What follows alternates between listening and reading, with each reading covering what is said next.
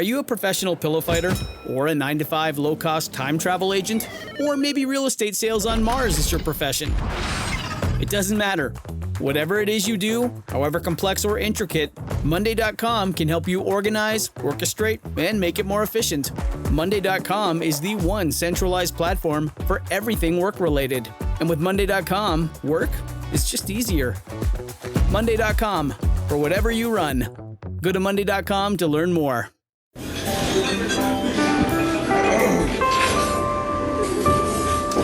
Well, I don't see the point in waiting any longer. So let's bring her out. The star attraction, the one you came to see.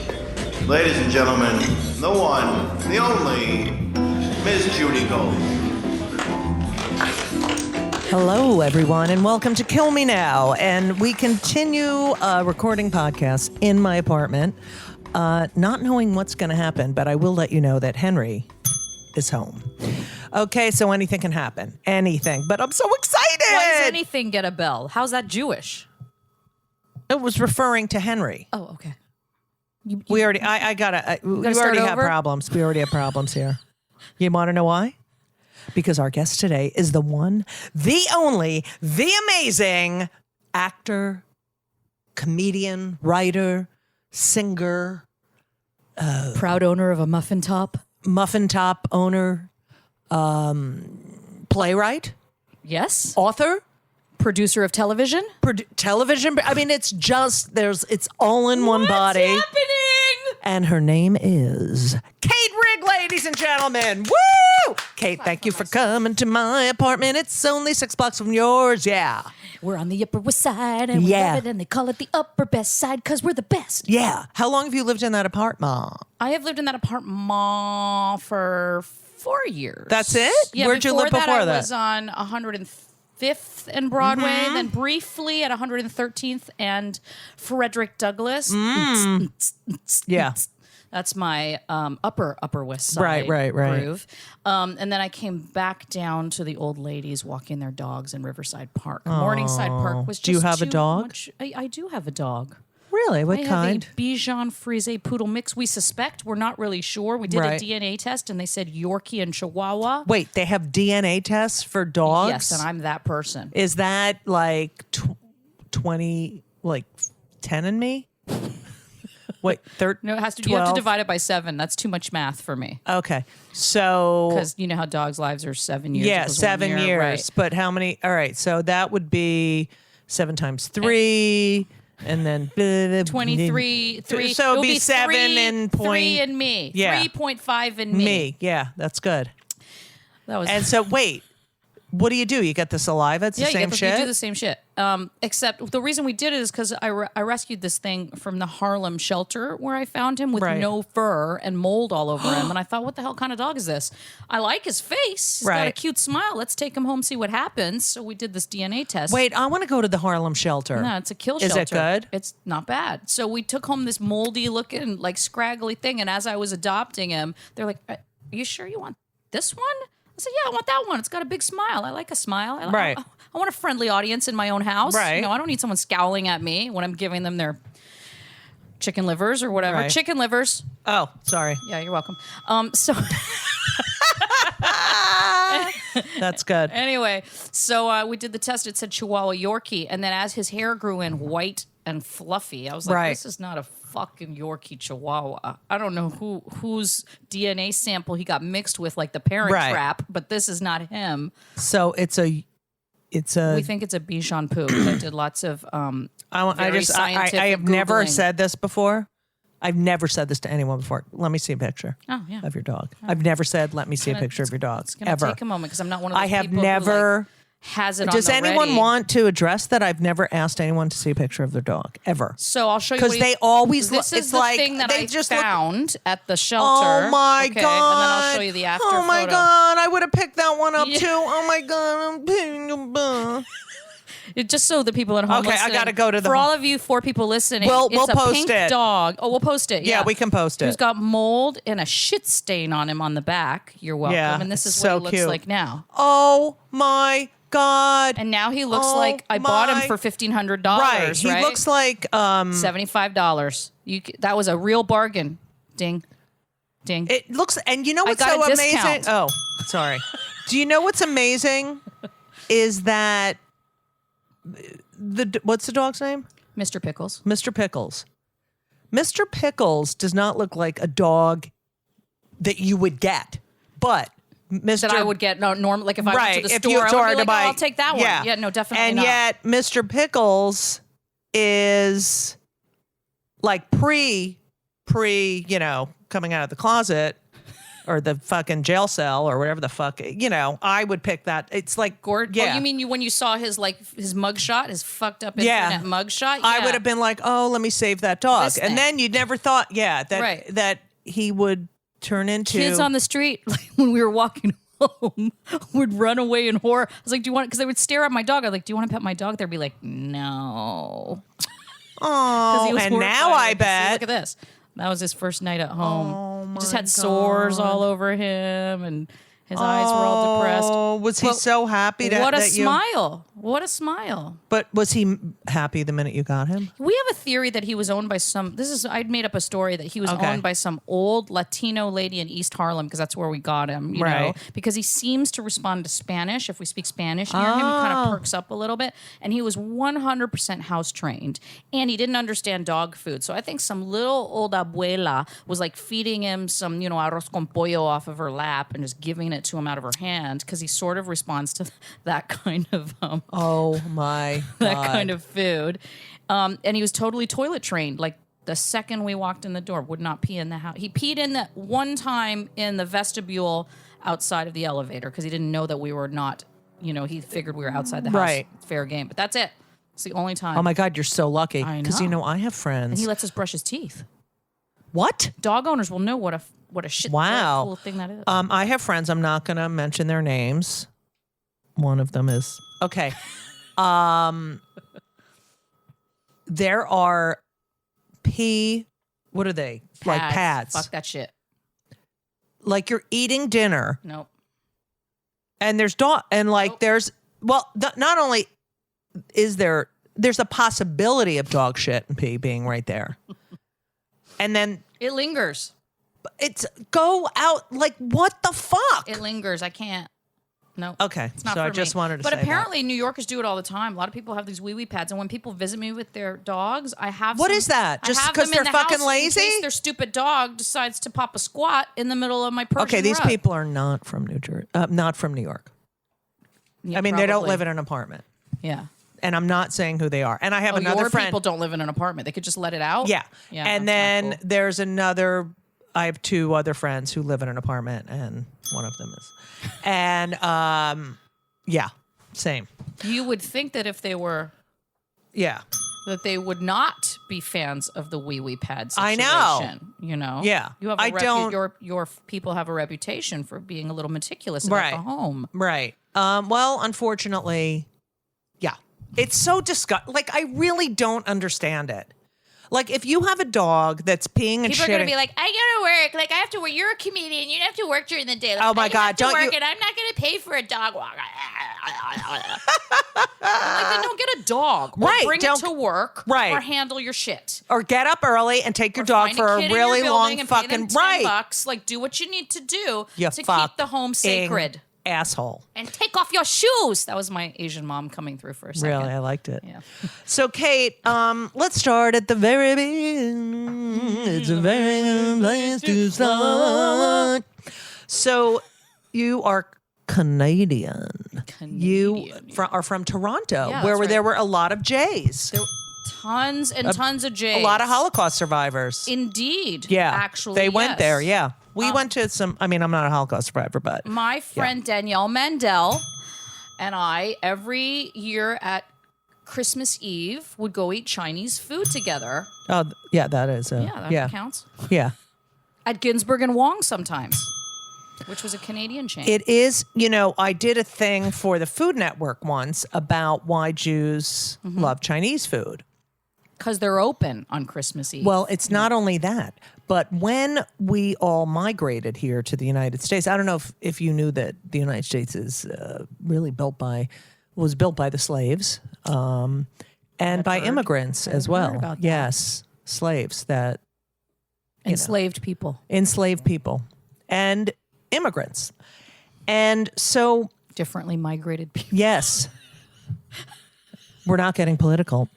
Anyway, so the Jews and the Asians, but a lot of times the Chinese would live on the outskirts. They would live in urban areas, but in their little own neighborhoods, and they were usually right next to each other. What jobs they could have and what they couldn't. Right. That's why all the Chinese laundries came, because they were told you're allowed to have a laundry, but you're not allowed to have this other thing. Right. Tailors, Jewish tailors, and all that. All right. So then, so they were both having this experience together, and then they don't mix dairy. They don't put dairy in their food. Oh yeah, good point. We're all lactose intolerant. Right. So Jews cannot eat meat and dairy together, and they would go and eat. There's a lot of shrimp in Chinese food. No, but you don't have to get the shrimp, you don't bitch. have to order no shrimp. You don't have to get no shrimp. Rice. You don't have to get that shit. I'll make it special for you. No pork, no shrimp, no dairy. First of all, we would go out for dinner like once a week, and when we went for Chinese food, my sister said this. I did not know there was anything. People should know that I'm Asian, by the way. Right, because I'm saying, I'm talking like my Kate Asian Rigg mom. is half Indonesian and half white. Correct. Okay. And my mom had a very pronounced accent, which she tried to erase in her 50s by taking elocution lessons in Canada, and she ended up sounding Filipino. Okay, we're going to go through that. Yeah. But anyway, so when I suddenly break into old Chinese lady, I'm summoning my ancestors. So go fuck yourself with your stupid political correct letter. I love it. So, I have to say that. Oh, I didn't even finish my joke about how my sister said I didn't even know we could order anything other than vegetable chow mein until I became an adult, because my mother was kosher Jew. Anyway, it's interesting because you are a half-breed, right? I am a and mestiza. It's so, for me, I always think about this as a fucking 99.7% Ashkenazi fucking European, like annoying. Did you do 3.5? I did 3.5 in me. And? It was boring. I wanted to be black. I wanted to be, it was 99.1% Ashkenazi, 99.7% European. I have a little Sardinian in me, very little. And Neanderthal. Neanderthal. Yeah. Congratulations. Thank you. I'm smart. Yeah.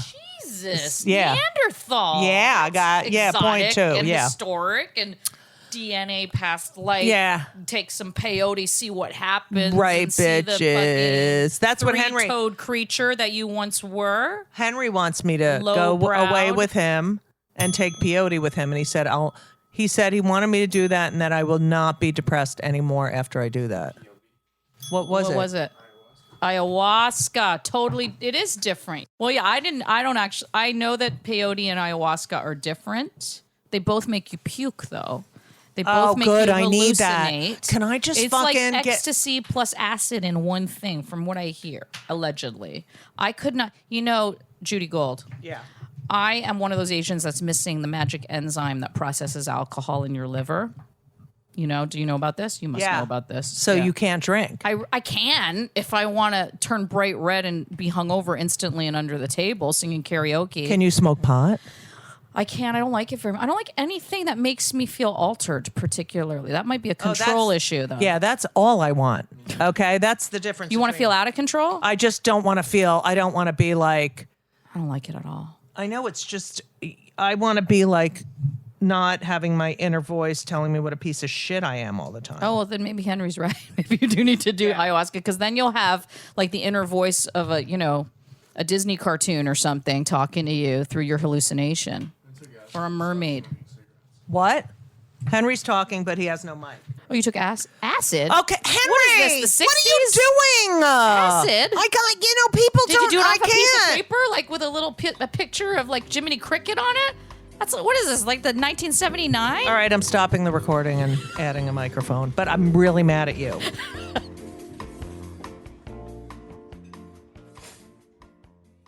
This episode is brought to you by Progressive Insurance. Do you ever think about switching insurance companies to see if you could save some cash? Progressive makes it easy to see if you could save when you bundle your home and auto policies. Try it at Progressive.com. Progressive Casualty Insurance Company and Affiliates. Potential savings will vary. Not available in all states.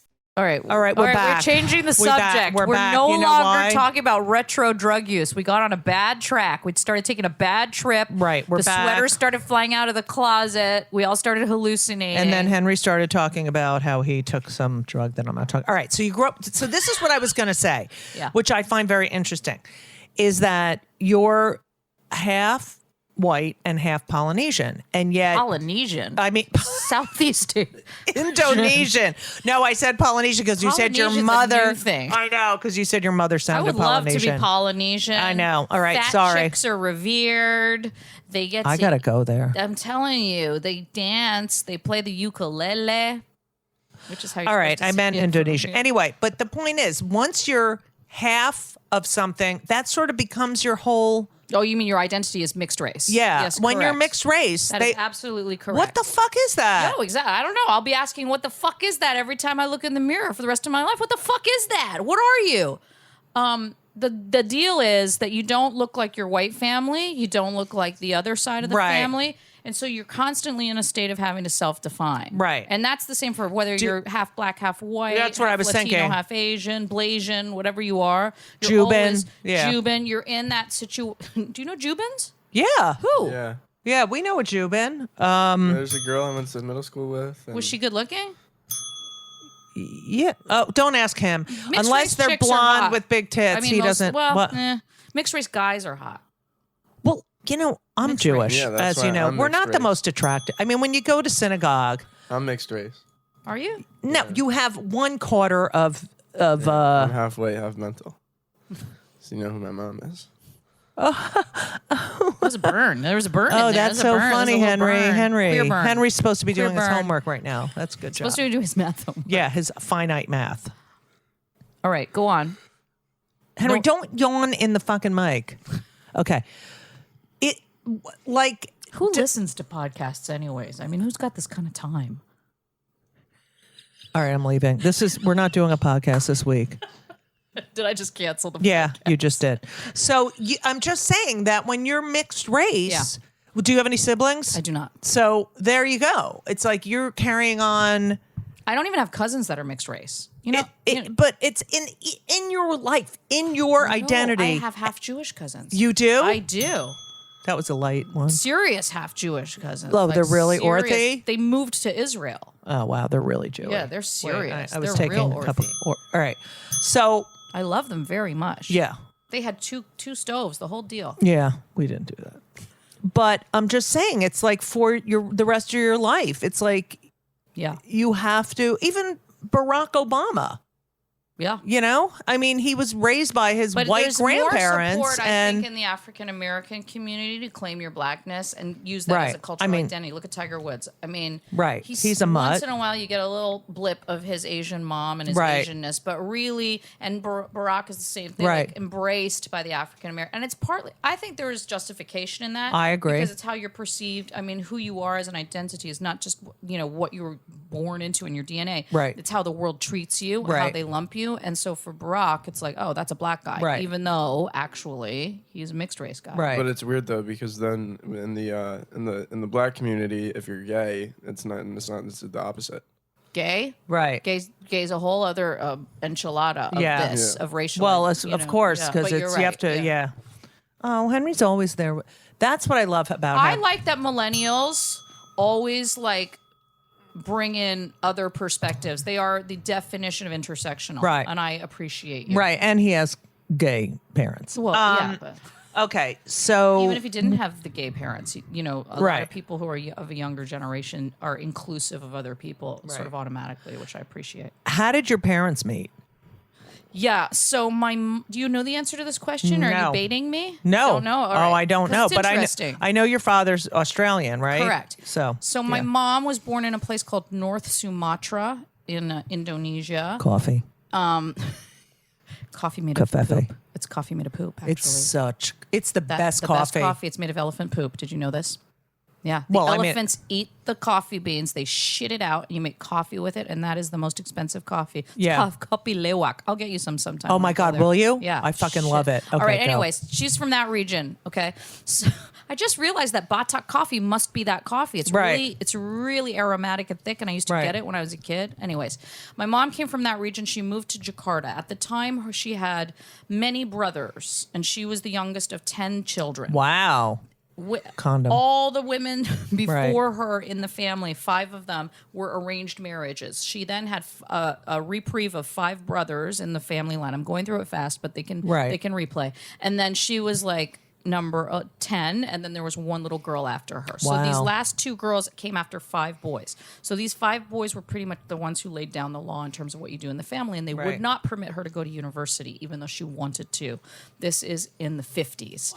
In Indonesia, no television, just radio. FYI. Also at the time, Radio Australia was like the BBC of the world. It was the thing that was broadcasting the news of the world.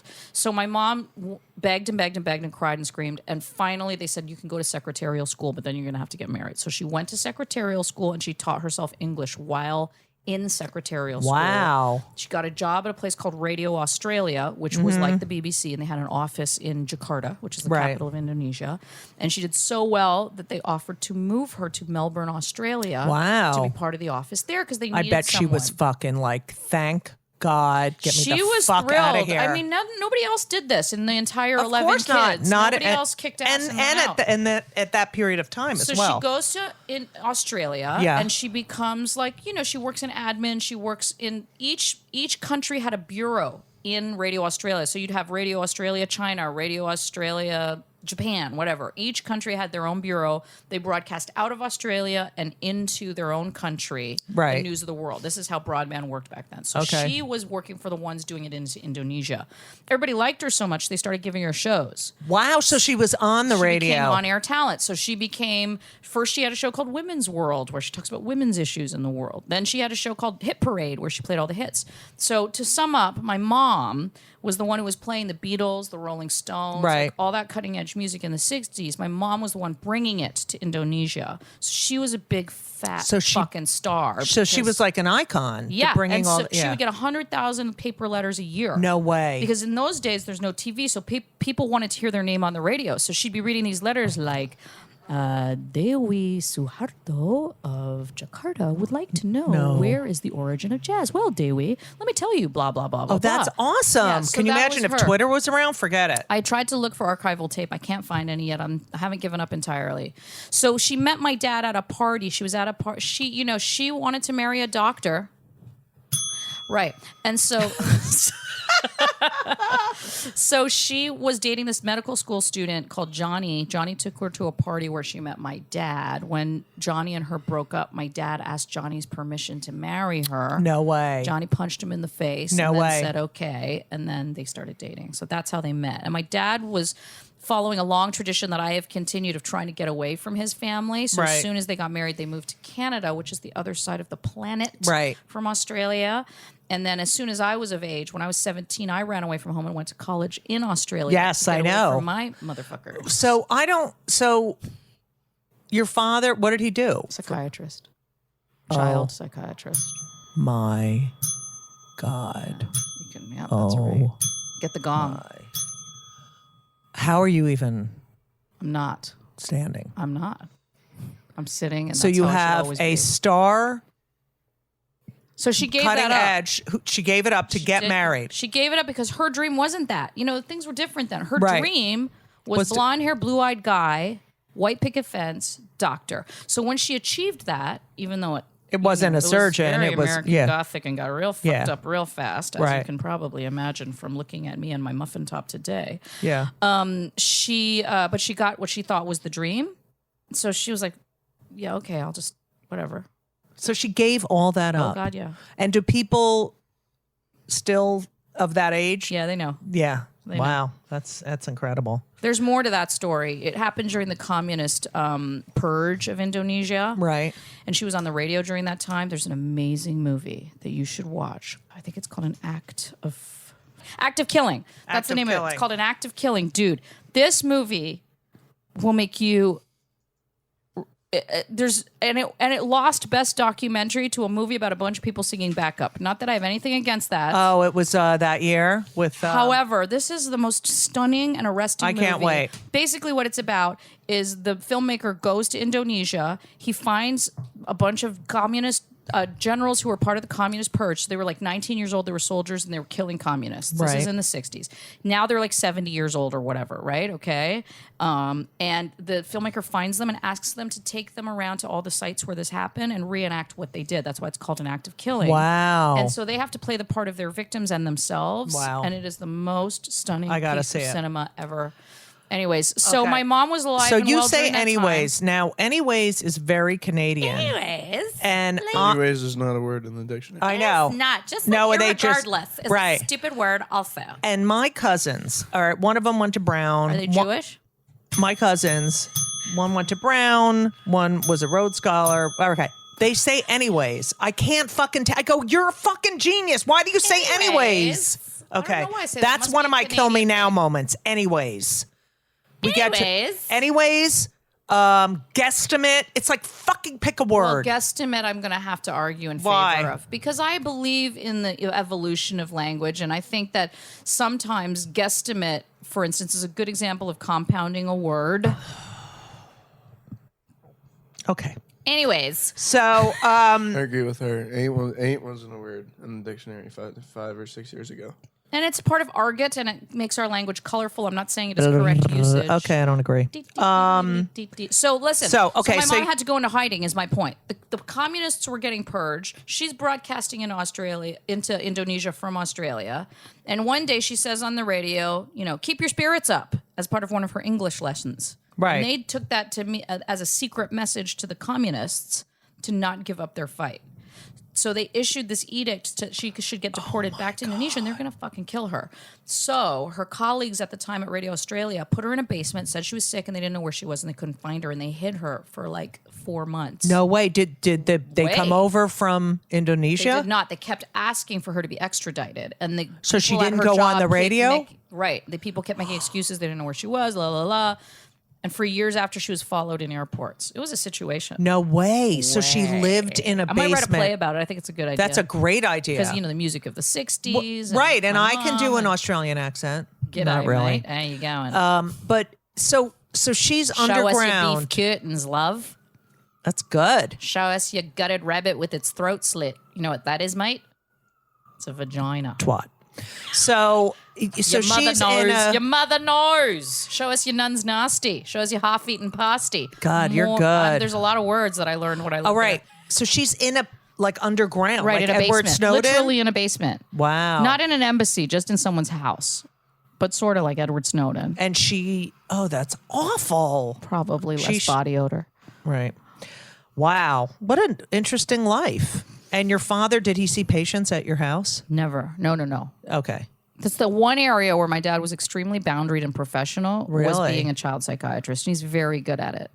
He was one of Wow. the first people to recognize depression in children. Nobody would say that kids could get depressed. I love him. So he did a lot of work with families, and he was always of the opinion you can't just see the child. Like you have Right. to talk to the family because they're the front line of therapy. Right. And he has a lot of interesting. But it's like, look, I'm with Elisa. She's a therapist. She's not a doctor. She's an LCSW, whatever. But the fucking constant analysis. not at home, not at my house. Oh, I couldn't take. I I can't wish take he would it. have used a little more professional discretion at home, frankly. Really? Yeah, there were times where I'd be like, would you say that to your patient? Right. Or would you tell your patients to talk to their kids like that? You need to fucking check yourself, pal. Really? Oh, yeah. Did they have a good marriage? Meh. I mean, it's just fascinating. They're from such different cultures. And They did what they needed to do to make it work. what was your father's ancestry? Was it But European? my dad was a very non-racist person. I would Right. say that also. Like, even though he's also a white colonialist, and I Right. think he originally thought he was going to marry like this blushing right. Southeast Asian submissive cooking, cleaning Right. situation, and instead he got like a 4'11" Godzilla in Right. some Chanel glasses. You know what I Right. mean? Yeah. So he did not know what was going to hit him. Did when you were growing up, were you an anomaly? Were you the only half Asian kid. Yeah, I hated being called a chink. I just hated it. Well, you're not. Because I was like, I'm not Chinese. Right. I sort of missed the point, Right. of the racism, right?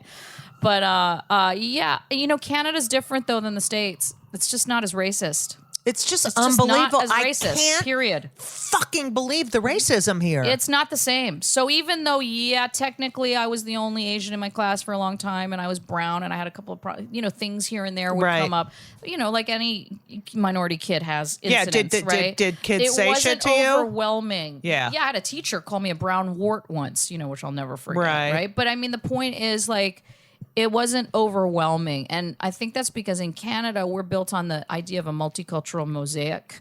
So each of the tiles retains its own sort of symmetry and identity. Whereas here it's the melting pot. So you're really asked to assimilate and become American. And that's problematic because how can you just such an excellent point. What an excellent point. It's it's all true. be the same. You can't, right? So it's like, how do you become a melting pot and still maintain You can't. And so it's problematic. Whereas in Canada, it's built on this Such a principle fucking of great recognizing point. everybody's culture's dignity within the mosaic that is Canada. Right. That was instilled since I was a little kid in the 80s. That was love what they were that. telling us at school. So Right. that's And how I here grew it's up. like, Henry. Here Henry it's like, was good one luck. of Henry was one of the first kid. I mean, he was the first kid at his Did you get shit preschool for being a kid of queers? Yeah, Did you? a little bit. Yeah, but a lot of it was brought on by myself. Like I would hear the word faggot or whatever Get nuts. up until middle school and just like cry and go to the principal and tattletale and I don't feel like that's you bringing anything Yeah. on. I think that's you checking people before they wreck themselves. Right. yeah. But I was like I don't know. I wasn't. I was Talking the mic. I was a little crybaby up until like 10th grade. Well, I appreciate that crybabyness. Henry, you would fight with people, I would cry and go to tell the principal. He'd cry and Like, fight. He'd do fight but crying. he wouldn't cry to us. He would tell us, Oh, really? he wouldn't. Yeah, no, He I didn't would like tell cry in us. school. I'd get made fun of, and then He didn't I tell don't us. know. It helped that it helped that my parents were kind of cool, I guess. Yeah, and everybody got their Right. something. My teacher was born in this neighborhood. My late acting teacher was born here in 1923, around here, and he went to school at PS over on 91st Street, wherever that is.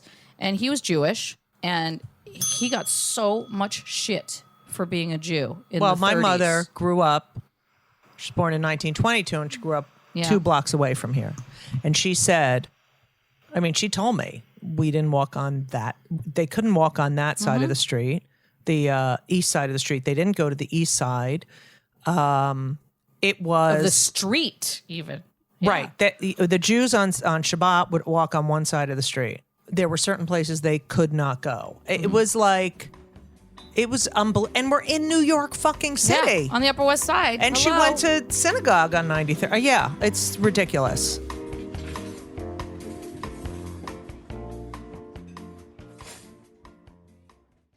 This week's episode of It's Judy Show with Judy Gold is sponsored by BetterHelp. And if you know me, which I think you do because you're listening to my podcast right now, you know that I am a big advocate for therapy. I think it benefits everyone. I think there's so many people who need it, who don't partake. It is so important for your emotional health and well-being. Therapy is fantastic. It is in every stretch of the imagination. And if you're thinking of starting therapy, please do it. But please give BetterHelp a try. It is entirely online. It's designed to be convenient. It's flexible. It suits your schedule. You fill out a brief questionnaire to get matched with a licensed therapist, and you can switch therapists anytime for no additional charge. I have switched therapists in my life. I've had many, many therapists, and sometimes it's not a great fit for you, but don't give up. Therapy is beneficial. You can learn about yourself, you can process, and just be emotionally healthy. I'm telling you, do it. BetterHelp is great because, when I used to schlep to my therapist's office, it was so annoying. You have to do it, and you sit there and you wait, and then I'm telling you, doing it online is fantastic. And BetterHelp is amazing. I know a lot of people who've used it. So if you're thinking about therapy, go to BetterHelp.com. Let the gratitude flow. This is Gratitude Month, people. So you need to let the gratitude flow with BetterHelp. Visit betterhelp.com/Judy Gold, JudyGold, today, and you will get 10% off your first month. That's BetterHelp, HELP.com/Judy Gold. You're welcome. Were you popular in school? I was popular in high school. I made myself popular. Now, in what high about school. growing up, grammar school? I was shy in grammar school, and I also was I had a classic Asian tiger mom, combined with a distant and sort of mean dad. I'm not complaining. I'm just stating facts here. Right. You know what I mean? So my ability to self-soothe was great from being an only child, but I had terrible ideas about myself for a very long time, which persist until today. Is it true that your mother bought you a blonde wig and blue contact lenses? It is true. No, she for high school? offered to buy me a blonde okay. wig and blue contact lenses. We went as far as to look at the blue contact lenses because she thought that I would be more successful at high school, which she probably was right. I can't even imagine. My mom was gorgeous too. That's the other sad thing. But I'm sure that she, came from a positive place. But Are you sure? That she wanted something better for you, like that. Better than what? Yes, exactly. Than what she had gone through. What she perceived herself to be in her place in the world to be. So sure. I think she came from a good place. But we Asian children of the first generation in America have a very serious white is right problem. I don't know if you read my article about my mom's racism, but that is a situation for first generation North American Asians because our own Asian parents were raised in cultures where it's more desirable to be a white person. Every culture, apparently right now it's more desirable to be a white person. Ugh. My mother, I was like, I have to get a nose job. No. You got a nose job when Barbara Streisand gets a nose job. I like it. But that's, you see, what you're pointing to there is a role model culture where you had someone to look at, Barbara Streisand, who was successful and perceived as, a winner in the world. Right. But when you don't have that, and that's a good point for today. It's called being represented. That's why why representation matters, because if I all love these that kids, representation. #representation. If all these kids are coming up through college and the Groundhog's Day aspect of we're getting real into it now. Yeah, Henry's leaving. Henry's like this is boring. Yeah. The Groundhog's Day part of being Asian American is that every year new immigrants come. Like we're not a culture that's been here for 300 years for good or bad reasons. We just haven't been here.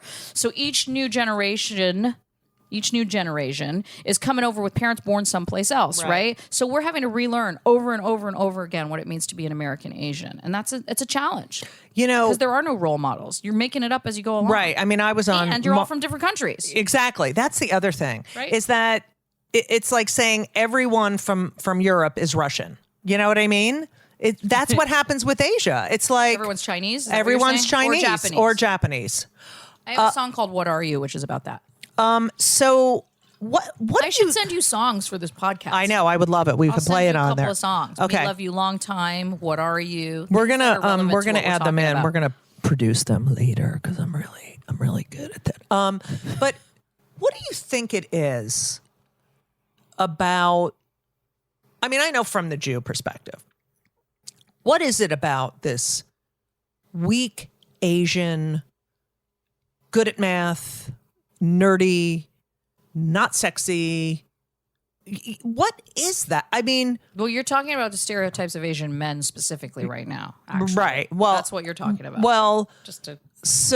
Subserve... There's then something... you have the Asian women stereotypes, which are the delicate, blushing lotus petal and sex slave. And, I mean, what is it? But it's just so bullshit. You know what I mean? Well, the male one is changing thanks to additional representation through, especially Crazy Rich Asians helped us a lot with that. And there's examples of sexy Asian guys, which is refreshing. When I started out doing comedy in 2001, there was an actual real dearth of representation of Asian males in a positive light in popular culture. Women, there was starting to be, even back then, there was Lucy Liu, there was the movie Mulan. I was on All American Girl with Margaret Cho. Exactly. Yeah. So that was starting out a little bit, and people were less threatened by them than Asian males, perhaps. I don't know. So I can only speak to the woman point of view, but I do know when I was doing my first show, Kate's Chinkarama, featuring the Chinkarama dancers, I thought it was very important to have a strong Asian guy out there with me. So I did. We called him MC Chink Daddy. We couldn't do any of this nomenclature now. People would of course, shit I know. themselves. Isn't it but unbelievable? You know what? It was really important at the time for us to analyze this idea that all Asian people are Chinese, because that is one of the roots of the racism against us. Right. So I purposely called the show Chinkarama, and then I populated it with people of diverse ethnicity. I had a Korean guy, I had a Blasian chick, I had a quarter Korean chick, I had a Japanese chick. You know, I tried to populate it really diverse, and myself, of course, and a Chinese person. Right. And so the whole point of that, right, and a Japanese person, was to have like this diversity of characters who were all theoretically chinks in the mind of dominant culture. So that was the radical act, and fuck y'all, you know, for saying different. If there there wasn't really any protest at the time. Now, forget it. We'll get into that later because I just wrote a book about that. Well, you know that I stopped doing comedy after November 2016. I haven't really in earnest done any comedy. Which I have not seen you around the clubs. No, I have not. I kind of dropped out after the election for a bunch of reasons, but also because I was so upset, and I am still so upset, that I felt like I couldn't be properly expressive in that medium anymore. I couldn't go on stage in a comedy club and be so untruthful as to be like, everything's fine, because it's not how I feel. I go up and and I can't censor myself, and I already am up against it, you know, as a woman comic, but as a woman comic of color, and that sounds stupid and whiny, but it's actually true, you know. And you're a queer woman, I get it, you know. But I was like, you know what, my energy will be better spent elsewhere. So I was writing more, I was doing more of the theatrical stuff. I did a couple of really great one-person shows. Plus, it's also that's where you come from. I'm still doing comedy though. Like I'm still hosting a bunch of events. I'll still do that kind of comedy. I just haven't done club and college and straight up stand-up career comedy for 5 years. I just realized that on my way over here. It's a little heartbreaking. Yeah, that's all right. I might have to get back to it soon. All right, so you graduate high school. Yeah, but it's like a badge of honor when you don't do it for a long time. I know. You're like some loser that never did it. Right. And that doesn't know how. No, you'll be fine. So you graduate high school. Good student, I assume? Yeah. Because you're... With honors, yes. Yeah, you're very smart. Were they into I'm sure your parents were like, you have to get good grades. Oh, God. They wanted me to go to medical school. Not too late for medical school was literally my mom's dying words to me last year. So she died 5 years ago. Here is the phone number for Harvard Medical. I leave money for you. You could still go. Not too late. I get into the Juilliard school. Not too late for medical school. So you go. So that never ends. You leave and you go. And I went to medical school for a year. After high school? Yeah. In Melbourne? No, wait, that was after. In Toronto. They were like, if you cannot 100% say 17-year-old that you don't want to be a doctor, then we have, this was their logic. If you can't 100% commit to not being a doctor, you have to go to medical school because you can't go back and catch it up, and we're not going to pay for school unless you do that. So I went to fucking medical school. Okay, so you went for a year. How did you do? Let's put it this way. They not only made me go to pre-meds, but I had to take advanced physics and advanced bio. Yeah. Like they weren't satisfied with just regular physics and bio, so they put me in advanced. You know, my defiance of authority person just didn't. I remember. Was like a slacker. I was like Cheech and Chong. But I went to all of my philosophy of religion classes. Of course, because you were interested. Writing classes. I went to everything else. But like advanced physics, I was like, yeah, I think I skated. I think I, pass, fail, passed, but I certainly didn't do well. Okay, I remember I had to take like a calculus class to complete I was a music major, but I went to Rutgers and I had to and I remember just crying. Yeah, just I ran. Sitting there going, I ran to Australia. I went to the farthest place. It's like I can't. My brain doesn't process this shit. So you go to Melbourne. As an Australian citizen, I found out that while I was suffering in pre-meds, I realized if I go to Australia, I can go to school for free, and There's also like a stipend program. So fuck y'all, I'm out, right? And so I applied with their blessing, but I still was like, yeah, bye. And so I got myself into Melbourne University. Wow. Did they come visit? Yeah, or they no? just sure. My dad took me over there. And Did you see your relatives on your father's side? It was the excuse I made was that I was going to only go for a year, and that the whole premise was that so I could meet my relatives for the first time on my dad's side and on my mom's side, because they teach Indonesian language in Australia as a class, right? Which of course they don't teach anywhere else here. So I thought I'm going to go to Australia, I'll learn Indonesian, then I'll fly to Indonesia and meet these people who don't speak a lick of English. Right. So that's what I did. And what was that like? It meeting? was crazy. From being an only child in Canada with no relatives, like no grandma, no aunties, no uncles, just my mean, weird parents. Were the holidays awful? I mean, did you have people over? Short answer, yes. So I going to Indonesia for the first time and the language opening up to me, suddenly I had a clan of, like hundreds of cousins, and it's all family. They're a third world country, so life is family. Did you feel like, wow, here's people that look like me? Here's people that... It was very overwhelming, and I'm sure for any mixed race kid. The other thing is I was a white person to them. Right. Don't forget. That's white. what I... Right. And I would walk down the street, and women would scream, "Extra large," at me. Oh, shut the... I should have gone with you. I should have gone with you. Extra large. Yeah. I think what they meant was, we carry extra large clothing. Would you like to buy some? Right. I think now is that. But they would have yelled. You know what they would have yelled at me? What? Men department. Big and tall. Big and tall. Go. Yeah. We don't have nothing for you. No name Bryant. I remember Lane Bryant. Okay. So, do you feel like that was all of America's Lane Bryant now? I don't know. We're just. I've said this before, but you remember Room 222? Barely. Okay, so I'm older than you. Anyway, what is it was a TV show based on To Sir with Love. Oh, yeah, I don't know the show. So To Sir with Love was a movie about a black teacher in a white high school. Was it British? No, it was Sidney Poitier. Okay, yeah. Okay. And then they made this Room 222. And there was an episode where there's a high school kid who comes to the school, and he's fat, but he's really funny and making jokes and like just being obnoxious and pissing people off. And at the end, the whole theme is, we don't care what you look like, blah, blah, blah, blah. Right. It's who you are inside. Right. So this is late 60s. Tell that to my agent. The fat kid is Bob Balaban, who's not even He was fat. fat. He wasn't even fat, but that was what fat was. You look at you look at old, no one is fat. No one was as fat as... And meanwhile, they're eating aspic. So let's explain that, right? What the fuck is going on? People are obese or like completely bony. Fuck now. We're all fat. It's because of our... But then there's the other side with the vegan, like here's my veins, here's my organs. But that's not America. That's the coastal elites. All right. All right. So you go to Melbourne. You kind of have this. I mean, you're a teenager. Shit was racist in Melbourne, I'll tell you what. I bet. Woo! But you're sort of figuring out who you are after living in this bubble. I was 17, 18, 19, 20. Those were the ages I spent in Australia. For those of you doing math at home. You got into the National Institute of Dramatic Arts in Sydney. Did you read that off my website or something? I don't even know where you read that. Yes, that is correct. And then you decided to go to Juilliard.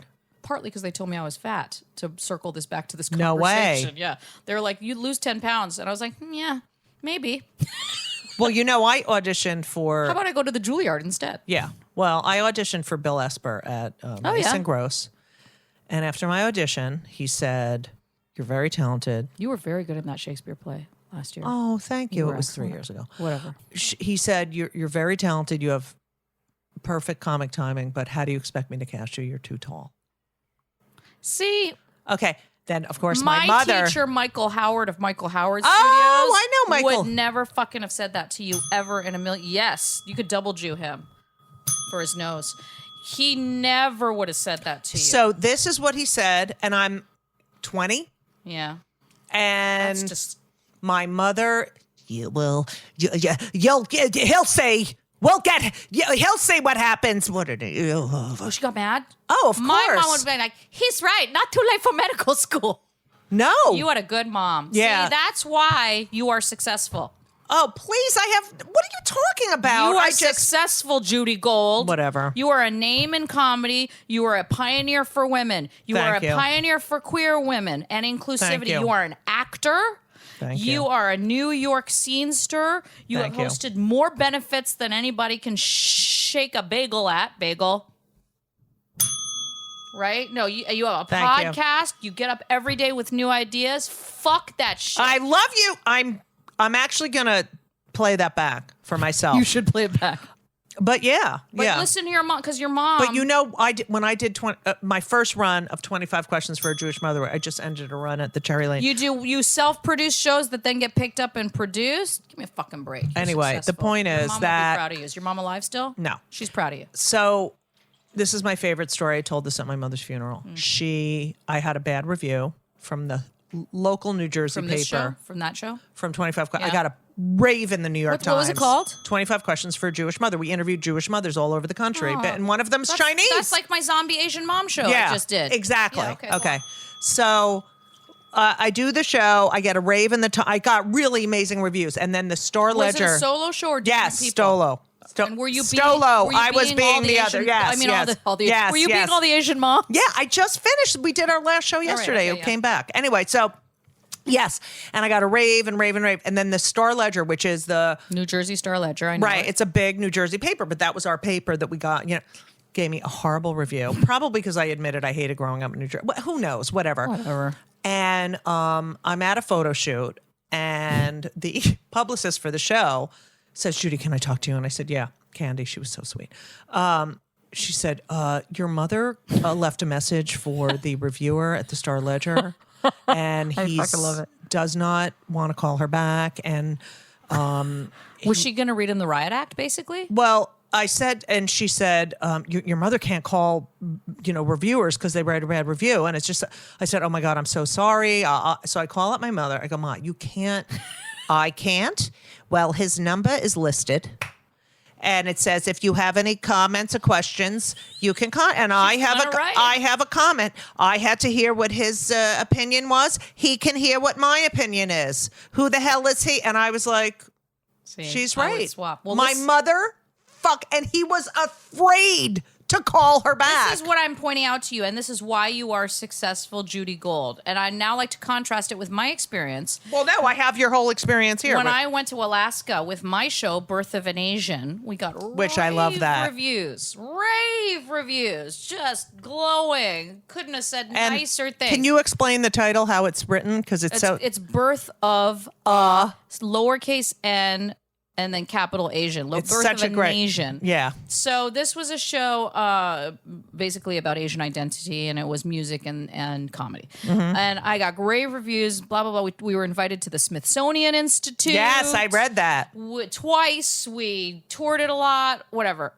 My parents wrote to me quoting the good reviews and saying, well, they don't know that blah, blah, blah. And you should ask your friends about this. And if they think that, basically pulling apart the good interview, the good review, and saying this is typical Tiger parenting. Like you can't take anything good in. Like you can't. No. And they said what a piece of shit I was actually, and that the reviewer didn't know. And I said to them, I didn't write my own review. If you have an issue, why don't you write to the reviewer? Right. And have that's a little good. Chat with them. Yeah, but it was one of the most hurtful things. Yeah, I mean, I got it. Jews do it a different way. It's like I got a 99 on the test. Why don't you get 100? We get that too. Yeah, A- so we have Asian it for fail. But still, then we get to a fuck you. Mine people would be like, they're right. Right. Not too late for medical school. No, well, fuck that. Don't forget to tune in next week to Just Kill Me Now. It's Just Kill Me. Oh. Don't forget to turn for part 2 on Just Kill Me. No, it's not. It's Just Kill Me. No. Judy Gold's Just Kill Me. Kill me now. Just Kill Me Now.